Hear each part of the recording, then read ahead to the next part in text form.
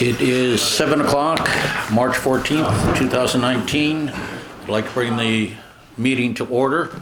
Can we begin with the pledge to the flag? I pledge allegiance to the flag of the United States of America and to the republic for which it stands, one nation, under God, indivisible, with liberty and justice for all.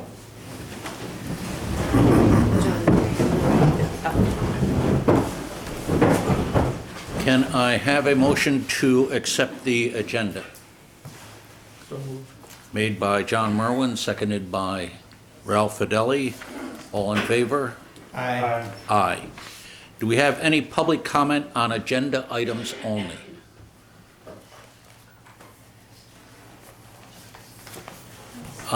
Moving on then, I don't see that we have police here, so Bob, you're on.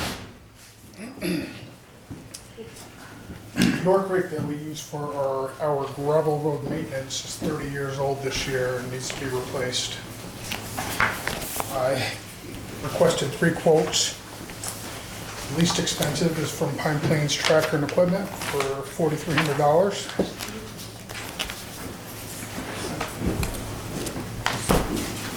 Any discussion?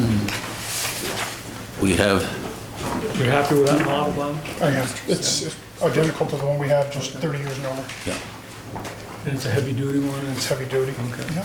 What are we doing with the old one? I would like to put it on Auctions International, like we do with the other equipment, if that's okay with the board. Yeah.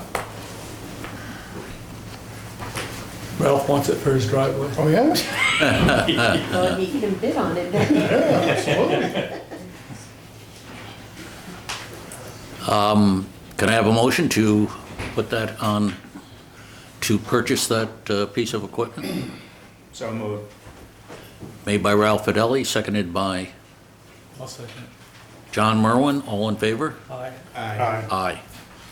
Next, we would like to purchase a channel post driver to help us with our signpost installation. It's a gas-powered post driver. We did demo one, they work very nicely. It's a much safer practice than using a sledgehammer, which can be dangerous at times for the people involved. Especially the one holding the The one post. that's kneeling down holding the post is the one that gets the bad end of it sometimes. I also requested 3 quotes for that. The least expensive was traffic lane closures for $2,620. And the money is in the budget for both of these items. That's gonna save a lot of fingers. Lots of fingers, lots of bruises. Lots of headaches. Any discussion? No, I think you got the money for it. It's something that you're definitely gonna be using, and Use it a lot. it is a lot safer than pounding it in. Can I have a motion to purchase the post driver? So moved. Made by Chris Kennan, seconded by Second. John Midwood. All in favor? Aye. Aye. Thank you. Thank you, Bob.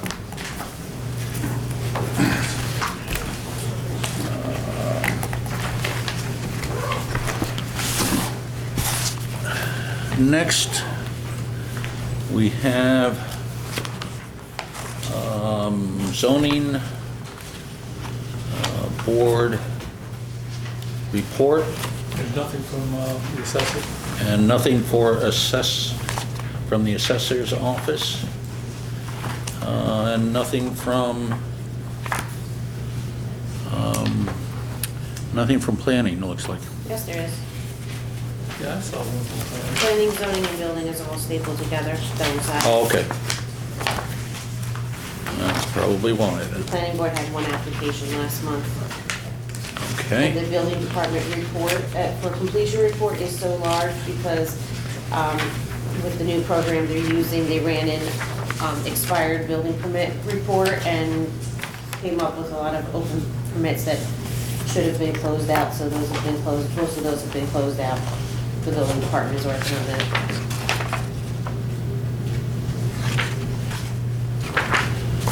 Okay, any questions?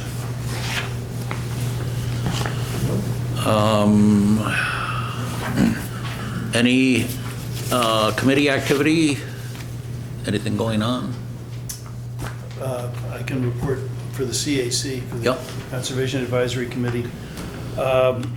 Almost all of the committee's activity has been devoted to the Climate Smart program, which the town and the village are together embarking on. We did receive a grant from the state for $29,000 towards the 3 different pieces of the Climate Smart program, which we're going to start with. They are the bridges and stream crossing study for the effects of climate change, including increased water flows through the town and the village. The second is a review of the town and village policies and procedures to see how they would affect the climate and whether there are any policies and procedures that need to be looked at with respect to that. And the third is the analysis of greenhouse gas emissions from town and village vehicles and equipment, buildings, and so on and so forth. Since we got the grant, we've been working on completing the paperwork in order to have a contract with the state, which is sort of the next step in the process. And I would just particularly want to thank Kathy Chow, who's worked really hard on helping us get all this stuff to the state, which they need. So that's nothing really exciting happening except paperwork at the moment. Good. Next, we have with us tonight Joel Friedman, who is Director of Investment Advisory Services for New York Class. And he's going to explain to us some of the investment possibilities for municipalities. I have a copy, yeah. Do you guys all have this? Okay. So I'm Joel Friedman, and we're going to talk about New York Class, which is a local government investment pool for the state of New York municipalities only. It's been around now, this is the 30th anniversary, so it's been around 30 years. But I will say that still many or most municipalities still haven't heard of New York Class because we haven't been great about spreading the word, but we're starting to do that now. I've been here for 2 years now.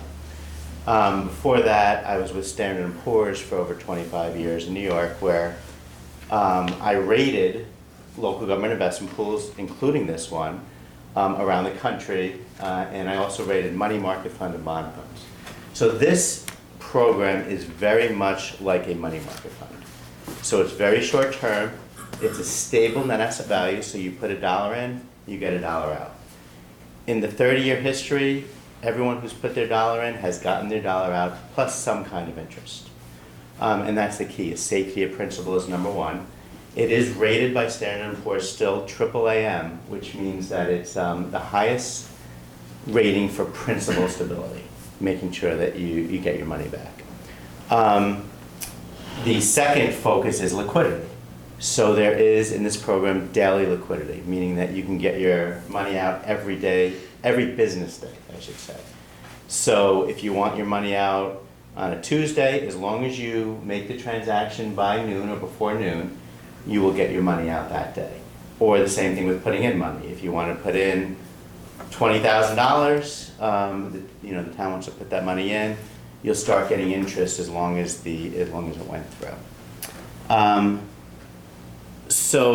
one other thing about the safety is Standard & Poor's rates that I mentioned, AAAM, that means they look at the portfolio and other information every week.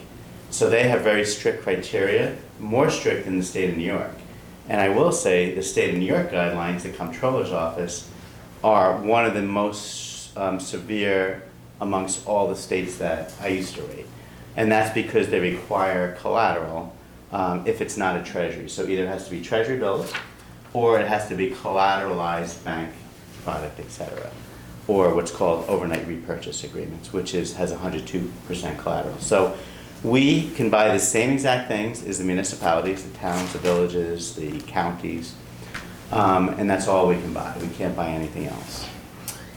We do give, of course, copies of the statements. The statements are available online every day. You can see it, or you get an actual monthly statement emailed to you as well. The nice thing about it and why this was created only for municipalities, so it's a cooperative program. So we do not have any transaction fees. So when you put your money in, the way that our fees work is it's up to 15 basis points, which is 0.15%. And that is above the net yield. So today's net yield is 2.29%. Every participant will get 2.29% today, regardless of size. So again, we have some really small villages or fire districts that are in the program, and then we have some really large schools or counties that are over $50 million. They get the same rate. Everyone gets the same rate. So the 2.29 is what everyone gets. If you add up to 15 basis points on top of that, the gross yield would be about 2.44. And those 15 basis points or less, because now that we're over $2 billion in assets, it goes down to 12 basis points. But the max is 15. That pays for the custodian, so there's a custodian that holds the assets. It pays for the marketing, it pays for all the technology. Everything is done online, so you just move your money back and forth just like you would with an online account. And that's what the fees pays for. But you will not see fees from New York Class. That's all absorbed within that 15 basis points. It just makes it easy for municipalities. And on the sheet that I handed out, there's some other information about it. So the deposits are done by wire or ACH. Wire is usually same day with your bank. The bank could charge you, $10, $15 fee for a wire. Again, we won't. Or you can do an ACH, which is done overnight. I haven't seen any fees from banks for that, typically. Everything is done online, I mentioned. And you can also set up unlimited sub-accounts, meaning that if your town wants to have 4 or 5 or 6 different accounts, whatever you decide, you can have a general account, you can have a reserve account, you can have something for roads or transportation, whatever you want to do. What's nice about it is each of them gets their own statement and they would get their own sort of audit.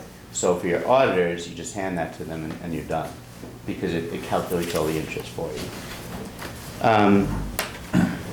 There's no minimum balance requirement, and so you can put in as little as you want in each account, and there's no limit to the amount of transactions you can make. So with a regular money market account, typically you're limited to 6 transactions a month. There is no limit with the New York Class program. And the other thing I should mention is we have a dedicated client service team to answer your questions, and they're there 8 a.m. till 5 p.m. every business day. So you can either call them up if you have questions, or you can send them an email. If you do have a wire coming due that day and you want to make sure, you can just say, hey, can you look out for it, that type of thing. So that's basically the gist of the program. As I said, it's been around for 30 years, even during the time frame of 2008 when everything was crazy and there was no liquidity in the market.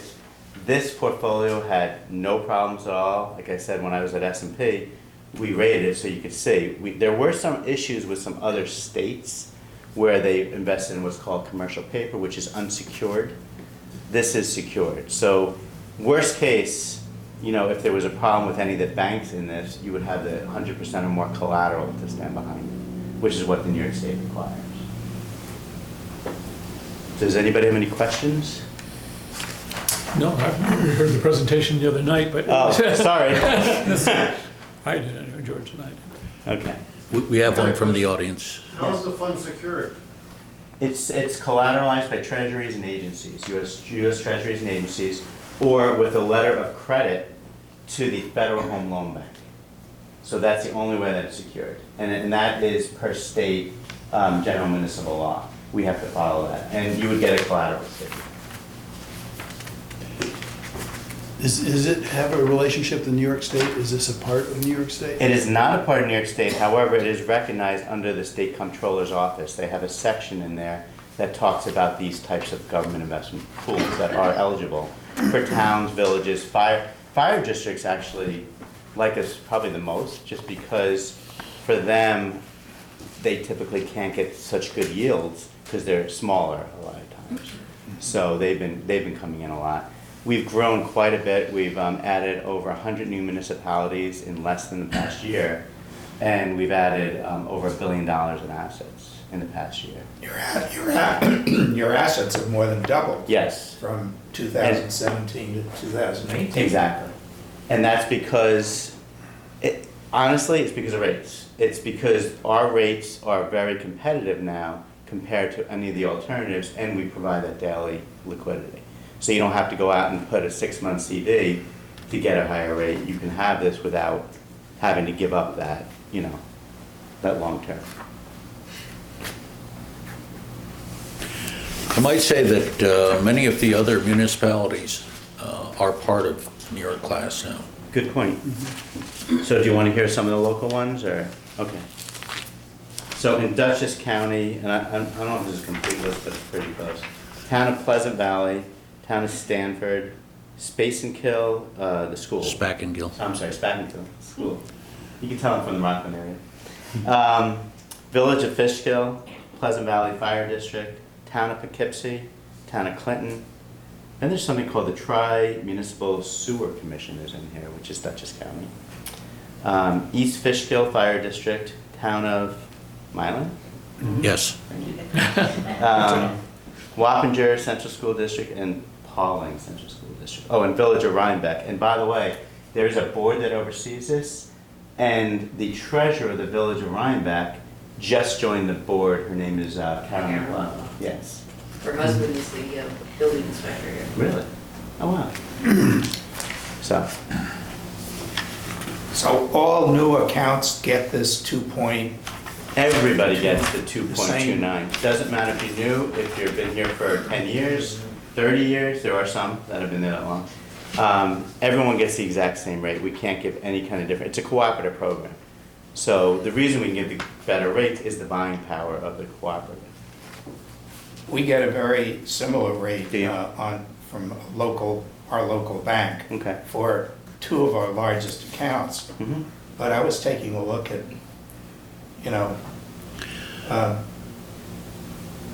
we've got 3 accounts that run anywhere from 1.3, that are paying 1.3% to 1.7%, and if we were to take those and move them up to 2.25%, you could probably get an additional $4,000 in income. So we have a Yeah. calculator online on our website, and you can go in and say, whatever time frame you want, 1 year, 1 month, 1 week, how much would I have earned in your class?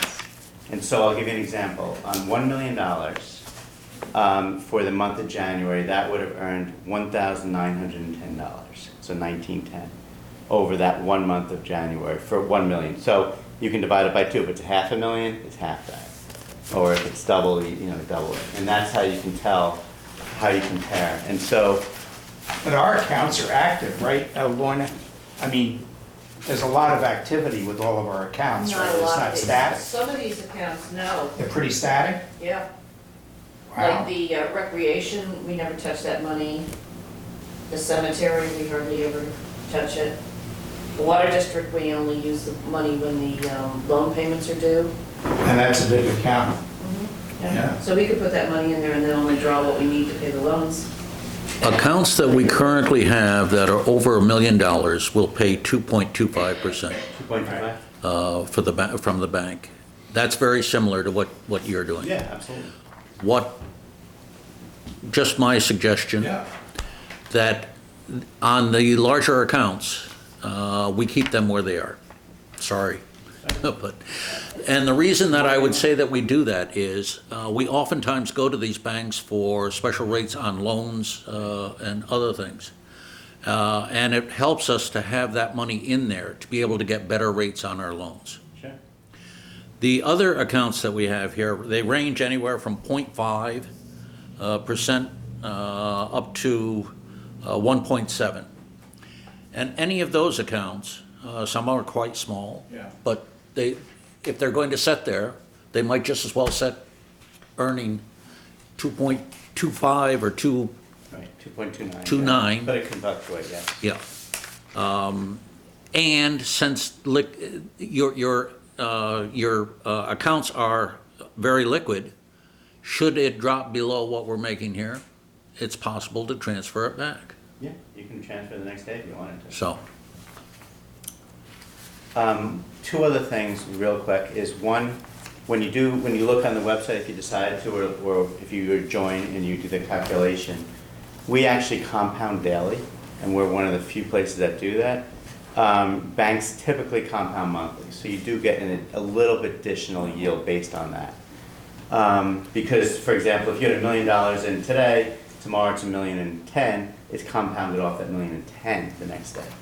So, what was the other thing I was gonna say? Can't remember. But, How often does that rate change? so, oh, that was it, thank you. You mean, that was my other, thank you. So, you're good.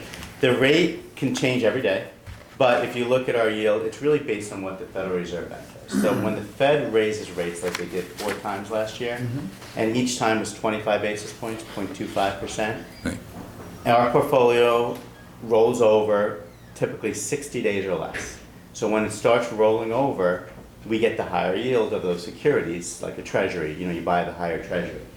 So the rate could change every day, but if you look in the last month, it barely changed at all. You can look online and see the last 3 years of rates or so, and you can see every day if you wanted to. So it was 2.28 the last month probably. Just the last couple of days it went to 2.29. So it's not a big deal. The nice thing is though, when the Fed raises, you don't have to call us up and say, can you raise mine now? We do it for everyone, it's across the board, and it just happens. So, and if the Fed raises again this year, you'll see another 25 basis points about over the course of a month or two after. And even like the first day, you might see 10 basis points. It's just how it works. All right, so that's, yeah, but that's a good question. Thank you, that was what I wanted to say. Any other questions? Anyone else? Okay. Thank you very much, Joel. Thanks for having me. Thank you. Yeah, David Dean just came in. I see, yep. Dave, you're just in time. You can give us your police report.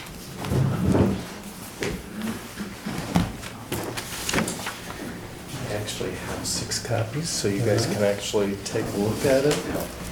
Use it for your wood stove to start the fire, if you so please.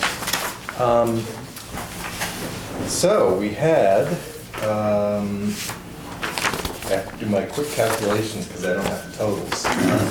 34 investigations or incidents. We only had 2 arrests, and both of those arrests were actually in the town. They're highlighted in yellow, brief description. Did you guys get this last? Yes. The last 2 months, right? Like, Yeah. sort of brought Yeah. those in. So we're gonna try to give you something printed so you have some idea of what we're actually doing, because it's not always just the number of incidents. You don't really know what we're doing, so we're trying to give both the town and the village board a little bit more information. I did pull the last year's data, and there were a total of 41 incidents. I saw quite a few parking tickets for the village. There were a total of 4 arrests, 2 in the town and 2 in the village. So not that dramatically different in incident numbers or really arrests. I mean, sometimes you get 2, sometimes you get half a dozen, who knows. But nothing looked particularly out of the ordinary. Not as many parking tickets. I think that's probably why the numbers are a little bit lower for February this year. Any questions? Yes. Since we don't have parking meters, what are most of the parking tickets for, would you say? Snow ordinance, blocking driveways. I think one of these was for blocking the fire hydrant on South Center, because I wrote it, and somebody couldn't believe Right. that we'd write a parking ticket for blocking a fire hydrant. So just reminded them that if there was a fire, the firemen can actually push the vehicle out of the way so they can get to the hydrant, because, I mean, if there's damage to the car, I don't think they probably would, but they're allowed to do that because the fire hydrants are, you can't block them. That's the bottom line. And I think technically there's a 10 or 15 foot distance that you have to park away from. We're not even that granular. Obviously, if the car is parked right alongside of the fire hydrant, that's obviously something. Yeah. Big issue too. I think South Center Street's probably the only place where we actually have parking that you could really, well, that's not true. Places that cars normally park, that's about the only place that I think it's really an issue. But there's others in front of residences, but we don't generally have people parking in front of residences, so, in the town and in the village. So that's about the only place. But yeah, generally speaking, I would say it's probably cars that are out. There's a ban on parking within all the village during the hours during the 11:30 p.m. until 6:30 or 7 o'clock in the morning. We don't really enforce it unless there's snow falling, snow on the ground, storms coming. I actually rode quite a few the other night when just before we got our snowfall. I think it started around 3 or 4 o'clock in the morning. So I believe that Century Boulevard is an exception to that. it is. Yep, Yeah. that's a safe parking. You can park there year-round, and we talked about it in the village board meeting that the rail trail area would be opened up for nighttime if people wanted to park there, but we're still in the works trying to figure out how to best figure that out. There may be some type of permit or something that somebody can get, but, it's definitely a problem that, there's not enough parking, and that's one of the reasons why we're not really petty with the parking if there's no snowfall. But, people have to make the arrangements, obviously. If our snow crews are gonna be out and trying to clear the snow, they can't do it with cars in the road, so that's when Thank we you. generally enforce it. All right, Thank you, Dave. questions? No? Very good, Dave, thank you. So, I don't know, I still have to speak to our future officer in charge, Mike Veeder. Yeah. I'm ending my being in charge at the end of this month. I'll still be She'll with be the here police to help.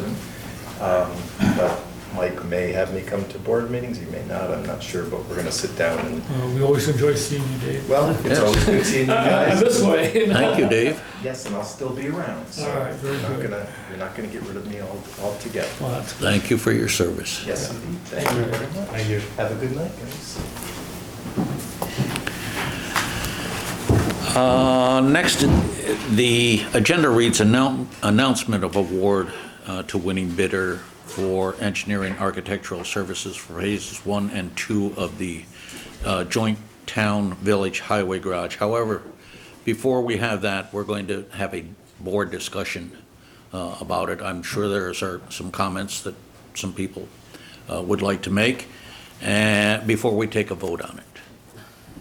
So, yes, Chris. Yeah, I'd like to describe a little bit about the process, because this is the bids for the engineering and design of the highway garage. As I think everybody knows, the highway garage is really the biggest project that the town and village have going, because it's going to be a joint project, which is, I think, one of the outstanding aspects of it. And we received 7 bids. We focused on the lowest 3. They really varied enormously. We had some really, really high ones. The three lowest bids were from a firm called CPL, a firm called Bond Engineers, and a firm called Ty and Bond. George asked Rich Renia to evaluate the 3 most competitive bids. And based on his analysis, I looked and spent most of my time on CPL and Lamont. I also called town officials in 2 towns across the river where Lamont is currently doing projects, and I just got off the phone an hour ago with the fire chief from Prattsville, who is there building a building that is being done by Lamont. My observations are that the Lamont proposal is very detailed. It is 62 2 pages long versus 35 pages for CPL. And I know that pages alone don't tell the story, but in its project approach chapter, Lamont specifically refers to our highway garage project and includes a detailed schedule for going forward, literally starting tomorrow. A more detailed schedule than what was in the RFP. And it's a schedule which gets the storage building and fuel station done this year. In CPL's project approach chapter, there is not much mention of the town of Northeast, the village of Millerton, or the highway garage. Lamont came and did a walkthrough of the site, which no other bidders did. They took the time to identify issues which could impact on the cost and timeliness of the project, including the possible relocation of a very small stream. Obviously, the town has worked with Ray Jerkowski and CPL over the years, and that long and positive working relationship should not be disregarded. However, based on the work that went into the bid documents and the preparation and interest which it suggests, I would have to give my vote to Lamont Engineers. Anyone else? John, you have anything to add to that? I agree with a lot of Chris's assessment, and I think the Lamont Engineers proposal it's very thorough and responsive, and I too would have to give my vote to the Lamont Engineers. I made a few notes just on some of the things, and the number one factor we need to consider, and which we asked all bidders to consider as the top priority, was price. It is the number one priority listed in the RFP, and we must consider it as the biggest single item because it is the factor that affects the taxpayer the most. Therefore, we must weigh heavily that there is a better than 26% differential between the lowest bidder, CPL, and the second lowest bidder. There have been some deficiencies noted in the CPL RFP compared to others. I would submit that Ray Jerkowski led CPL team would have a major advantage over other team bidders, and that is history. We have worked closely with Ray for many years and have always benefited from his work. He's been responsible, timely, and I've always felt we have gotten our money's worth. You can argue that others might do it just as well, but Ray is a known commodity, and we know that he can work well. We can work well with him. Here on this, one of the biggest projects ever undertaken by the town and village, and because Ray has already done a great deal of work on the project, do we really want to switch engineers at this point, especially since it is going to cost taxpayers to do so? We asked a neutral engineering firm, Renia Engineering Design, to go over the bids and rate the qualifications of each bidder as listed in the RFP, so that the board would be comparing apples to apples. Their professional opinion was that CPL was the first choice, meeting most closely the qualifications listed. I realize it was not without the need for more clarification on some points on CPL's part, but many of the points listed are usually worked out in the contract phase anyway. The point is that even with some deficiencies, they still rated CPL their first choice. And let us not forget why we put out an RFP to begin with. We got a $240,000 grant from the county under the Municipal Innovation Grant Program for engineering design aspect of this project. By county rules, expenditures for engineering, architectural design over $40,000 or over must be put out for RFP for bid. I have been able to convince the county to allow us to use funds not used in the design stage on the project to be used for construction. The RFP was drawn up with the assistance of Sarah Andrews of the County Division of Central Services and with guidance from several other departments. In drawing up the RFP, the most important factor considered was cost. What will the county think now of our grant investment if we select a bid more than 26% higher than the lowest bid? Will we be considered fiscally responsible? When we apply for further grants, will the county view us as using their money wisely? Or can it be used better on other communities and other projects? Last year, there were more than 3 million in applications received for the county's $1 million pot. Ours was the largest grant given to a municipality, but we need further grants from the county to be able to complete this project. Will they be forthcoming or as generous? I believe that the wise use of our funds here will pay dividends in the future.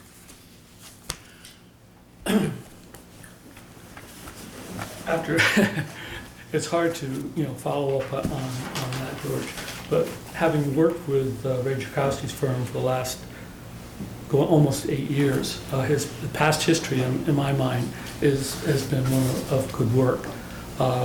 Deficiencies in the proposal, yes, but they, as you said, they can be worked out in the actual process. But I'm for saving the money. I'm very concerned about the need for further grants on the part of the county, and I think we need to stay. This is not the time to change directions.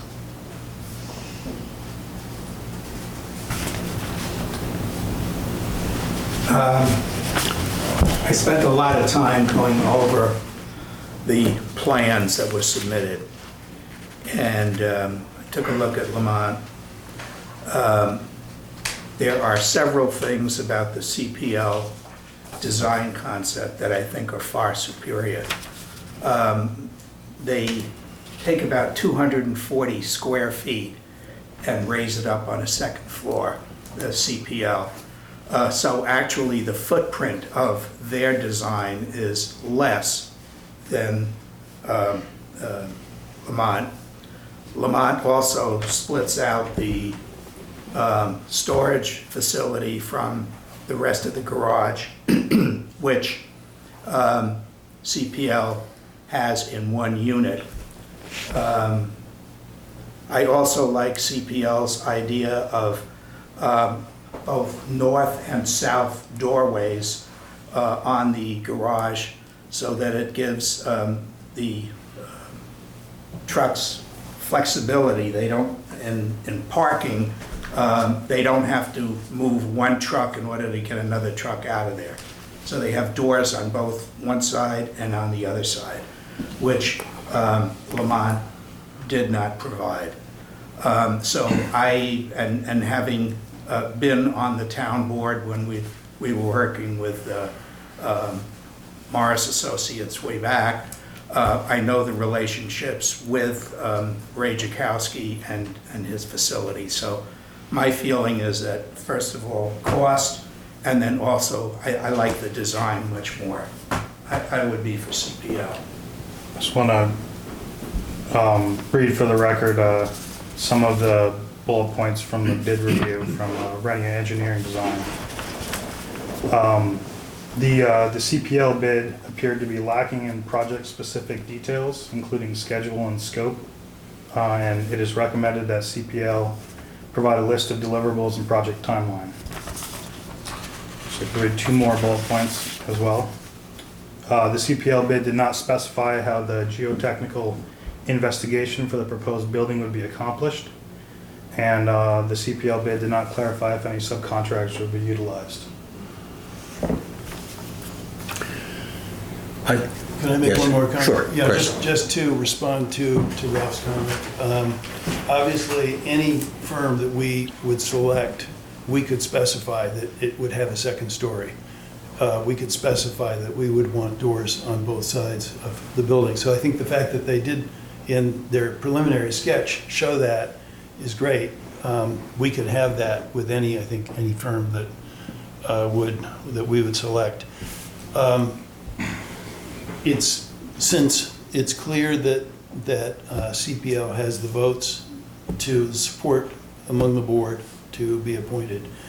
I will vote for CPL because having expressed my preference for Lamont, I understand that we will be working with the firm that we select, and I do think it's important that the board work very hard and collaboratively and collegially with whomever we select. I appreciate that, Chris.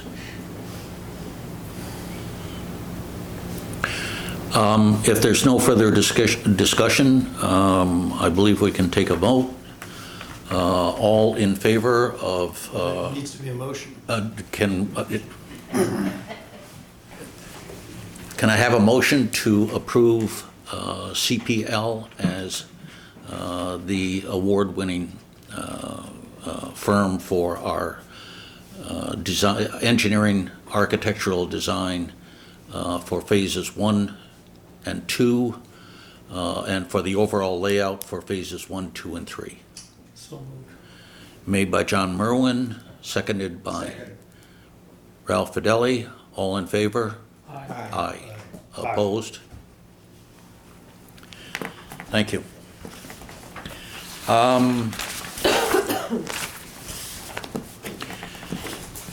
Next is the adoption of the Parkinson's Awareness Month proclamation. And can you read that for us, Lisa? This is something we do every year for April. Whereas Parkinson's disease is a progressive neurological movement disorder of the central nervous system, which has a unique impact on each patient. And whereas according to the Parkinson's Action Network, the Parkinson Foundation, the American Parkinson's Disease Association, and the National Institutes of Health, there are over 1 million Americans diagnosed with Parkinson's disease. And whereas symptoms include slowness, tremors, difficulty with balance and speaking, rigidity, cognitive, and memory problems. And whereas although new medicines and therapies may enhance life for some time for people with Parkinson's, more work is needed for a cure.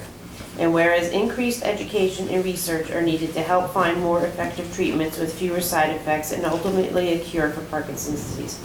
And whereas a multidisciplinary approach to Parkinson's disease care includes local wellness, support, caregiver groups, and whereas April has been proclaimed as Worldwide Parkinson Awareness Month for all to recognize the need for more research and help in dealing with the devastating effects of Parkinson's disease.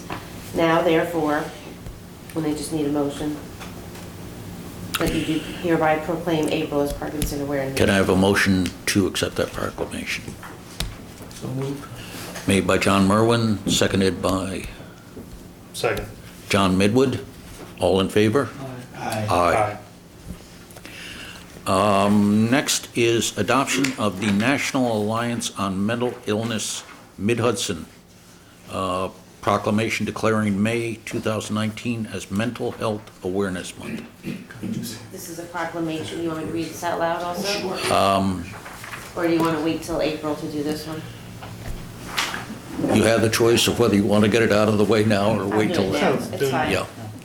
Whereas mental health is essential to the well-being and the vitality of our families, businesses, and communities, and whereas mental health conditions are real and prevalent in our nation, with 1 out of 4 Americans and 1 out of 5 children affected by mental illness. Whereas more people die from suicide in the United States than from a traffic accident, and an estimated 22 veterans die from suicide each day. Whereas stigma and fear of discrimination help many who would benefit from mental health services from seeking help. And whereas with effective treatment, those individuals with mental health conditions can recover and lead full productive lives. And whereas education, compassion, and awareness about mental illness can change negative attitudes and behaviors towards people with mental illness. Whereas each business, school, government agency, law enforcement agency, healthcare provider, organization, and citizens share the responsibility to promote mental wellness and support prevention efforts. And this is the same thing. Now, therefore, the town of Northeast Board does here proclaim. Can I have a motion May. to, made by John Midwood, second by Chris Kennan, all in favor? Aye. Aye. Next is just the announcement of Bulk Trash Day, which this year is on April 13th. down at the at the highway garage. So anybody, if you have things that you want to get rid of, as long as they aren't toxic, hazardous, anything of that nature, and television sets, unfortunately, the flat screen, they can't take. The old bubble back, I believe they can take. Did Bob take off on us? No, he's right there. Is it that way or the other way around? Is it that way or on television screens? Which can you take, the bubble back or Bubble the? backs, they charge. They take charge them. for that. The flat screens are no fee. Bob, do they take those? Okay. Do they take those bubble back TVs at the household hazardous waste and electronic, trash day that the county holds? I'm not sure. Okay, because the county is holding 3 of those this year on March 30th. I think June that's 22nd, for and October 5th. hazardous materials, is it not? Yeah, and it says, Toxic. and electronics, it said on the, Okay, all right. on the flyer.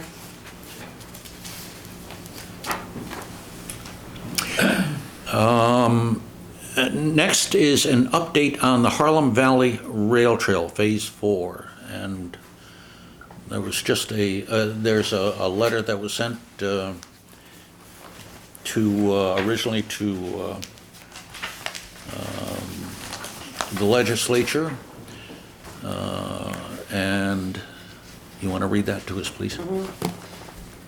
It's Dear Legislator Chairman Pulver, and this is from the County of Dutchess Department of Public Works. We are pleased to announce that Dutchess County Department of Public Works is beginning construction on the proposed Harlem Valley Trail Phase 4. The project originates at Main Street, Route 44 in the village of Millerton and continues north for 8.2 miles and terminates at Under Mountain Road in the town of Ancrum in Columbia County. The proposed trail will connect to Phase 3 of the existing Harlem Valley Rail Trail in Millerton. Trail crossings will be constructed at intersections with Main Street, Route 44, Bilkey State Line Road, Rudd Pond Road, White House Crossing Road, and Under Mountain Roads.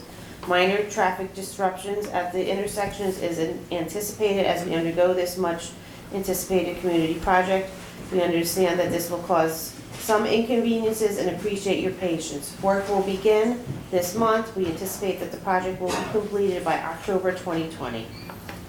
Surveyors are on Main Street right now.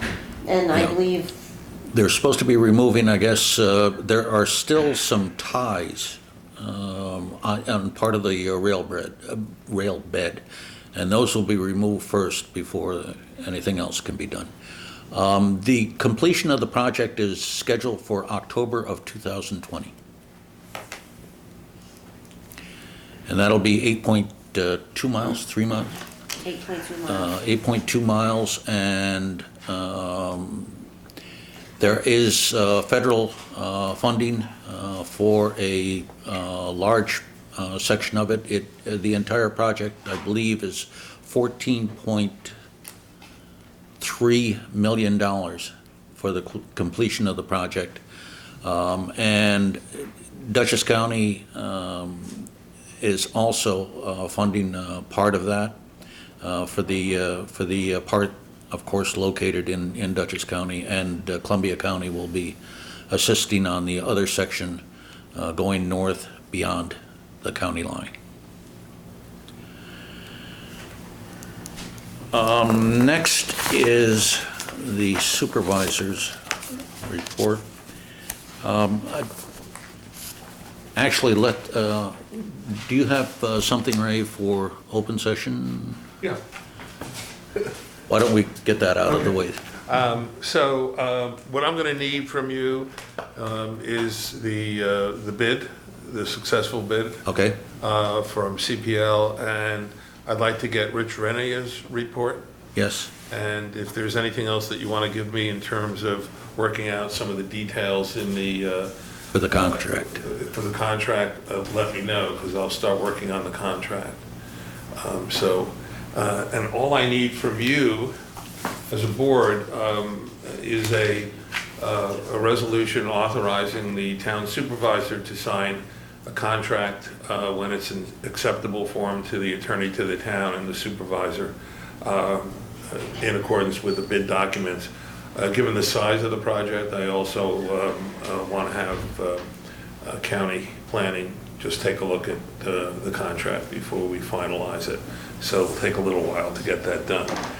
So the resolution would be to authorize the signing of the contract when it's in final form, so we don't have to come back, don't waste time. We want to get it signed as soon as possible and get them moving. Definitely. And we can add to the resolution, I noted that there wasn't the contract for the first ADA project, so I asked CPL to send me a proposed contract, which I'll review. I want to change that a little bit and add to that, so if we could add to the resolution authorizing the supervisor to sign that contract also with CPL when it's in final form.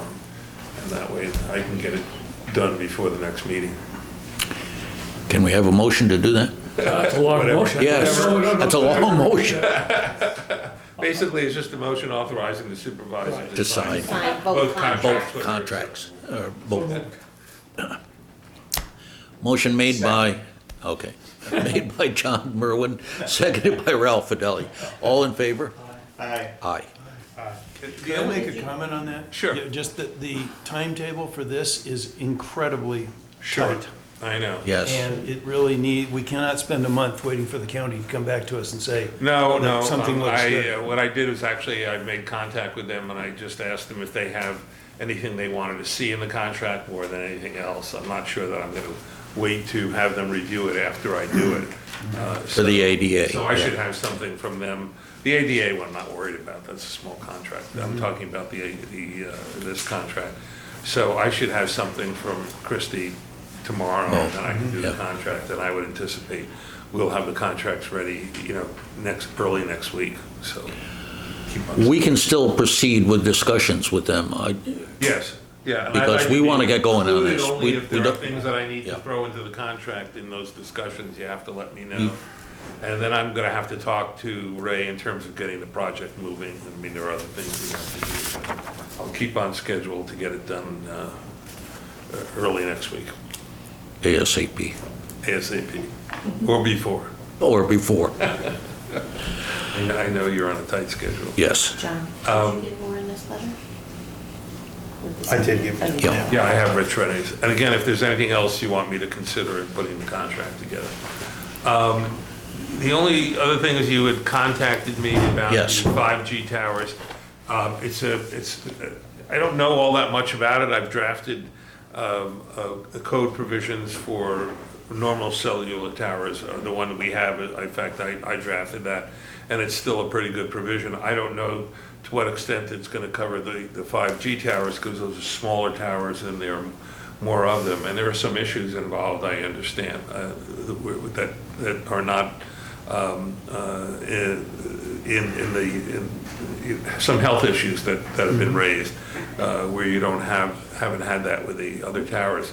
So I've reached out to I read the article that was in the Association of Towns, and I've reached out to the attorney who drafted that to see if he has any prototypes. And I'm going to be speaking to Association of Towns tomorrow morning to see if I can find any drafts and the general code to see if we have some prototypes for a law specifically designed for the 5G towers. I got one off the website today. I'm not sure it's specific, but it's from one of the towns in Westchester County. I think it's like 80 pages long. I'm hoping it's not that complicated. But I'll have something for you. There's no time of the essence in terms of we have to get it done by a certain date, but you want to get it done before you start getting applications. Yeah. I So- think we may be last on the list of places that they want to start putting in towers because of low population density. Right. So I think, nobody's been knocking on I your think- door at this point, No, so. I think, yeah. But if you do This hear a is- knock, let me know.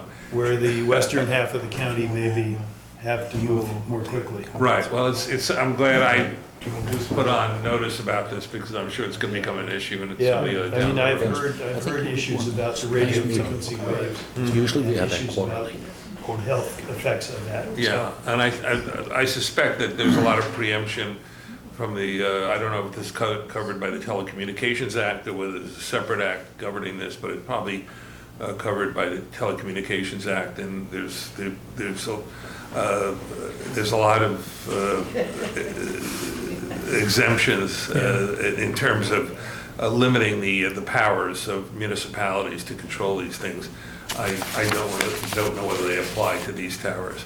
And I took a look at them, and there could be more visual impacts with regard to these towers than there would be with one large tower, because there are a lot of them to make it work. So I should have something for you by next meeting on that. So, Okay. and that's the only thing I had. Anybody else? Anything? Good. We have a budget adjustment from A Fund for general townwide, and we have an expense increase of $1,650, less a revenue increase of $1,650. Can I have a motion to approve that budget addition? Made by Ralph Fidelli, I'll second. seconded by John Merwin. All in favor? Aye. Aye.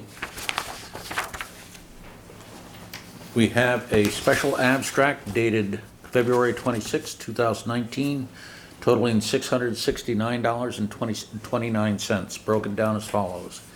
A Fund, $448.70. TNA payroll, $220.59. Can I have a motion to accept the special abstract? So moved. Made by John Midwood, seconded by Chris Kennan. All in favor? Aye. Aye.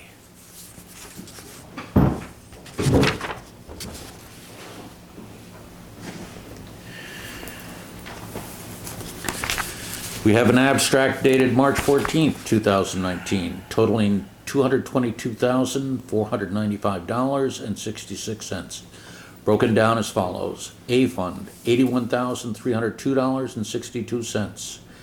B Fund, $93,012.37. DB Fund, $43,582.68. Escrow, $4,377.40. TNA payroll, $220.59. Can I have a motion to accept the abstract? So moved. Made by John Merwin, seconded by Second. Ralph Fidelli. All in favor? Aye. Aye. Sorry. Grabbing the wrong legs.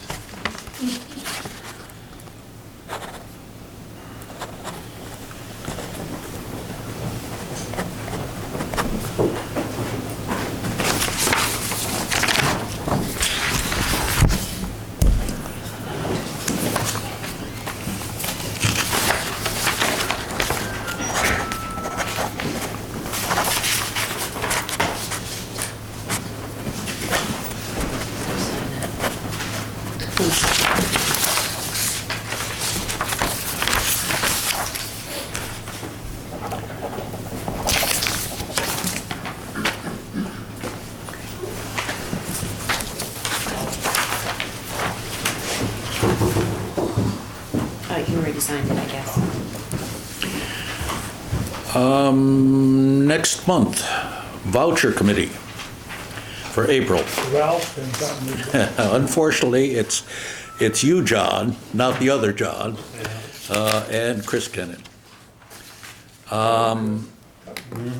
We have the minutes from 3 meetings here to approve.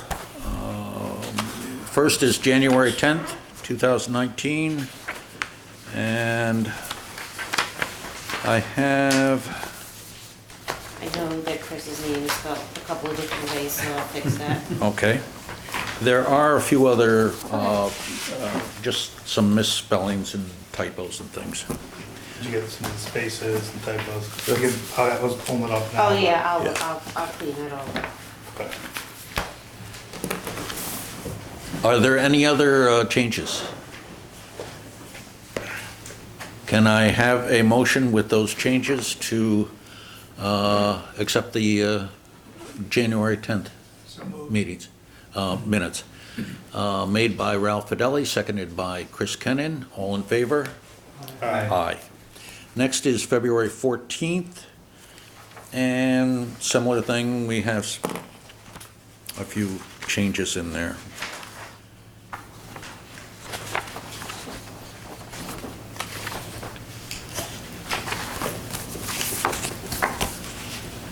Anybody else have any changes?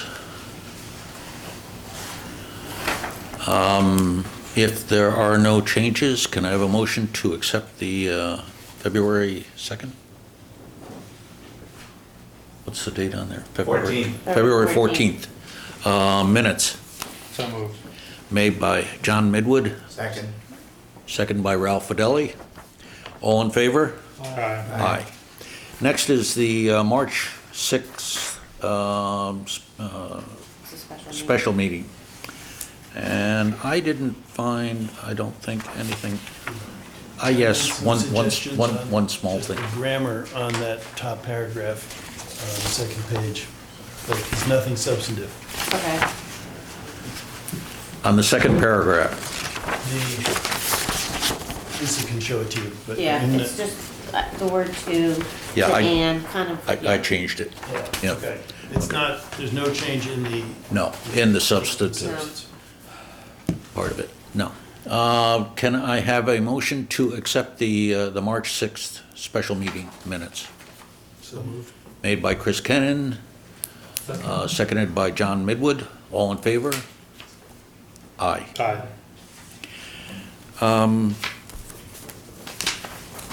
And I guess that pretty well wraps it up, except for a general comment. Do we have any comments from the audience? If not, can I have a motion to adjourn? So moved. Made by John Merwin, seconded by Chris Kennan. All in favor? Aye. Aye. Very good. Thank you. Good night, everybody.